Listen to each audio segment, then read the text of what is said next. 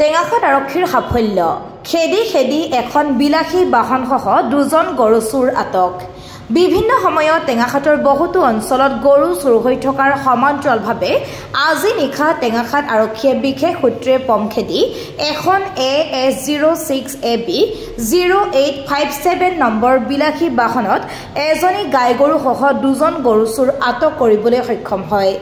জানিব পৰা মতে চোৰকেইটাই আৰক্ষী গাড়ীখন খুন্দা মাৰি পলাবলৈ চেষ্টা কৰিছিল যদিও পাছত খেদি খেদি আৰক্ষীয়ে চোৰকেইটা ধৰিবলৈ সক্ষম হয়। আৰক্ষীয়ে জানিব দিয়া মতে চোৰকেইটা চাউলখোৱাৰ আলিফ খান আৰু আজাদ আলী বুলি জানিব পৰা গৈছে।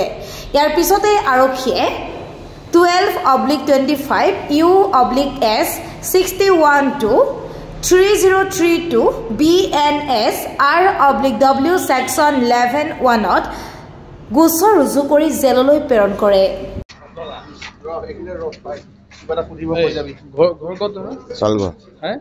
নামটো কি? আলিফ খান। কিমান দিনৰ পৰা গৰু চুৰ কৰি আছে নেকি? দুদিনৰ পৰা।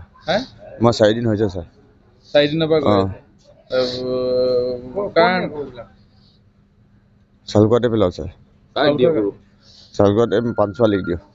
পাঞ্চোৱালি গৰুবিলাক দিওঁ। যিখন গাড়ী ব্যৱহাৰ কৰিছিলে গাড়ীখন কাৰ হয়? পাঞ্চোৱালিৰ। কেইখন গাড়ী আছে তাৰ দুখনে আছে ছাৰ।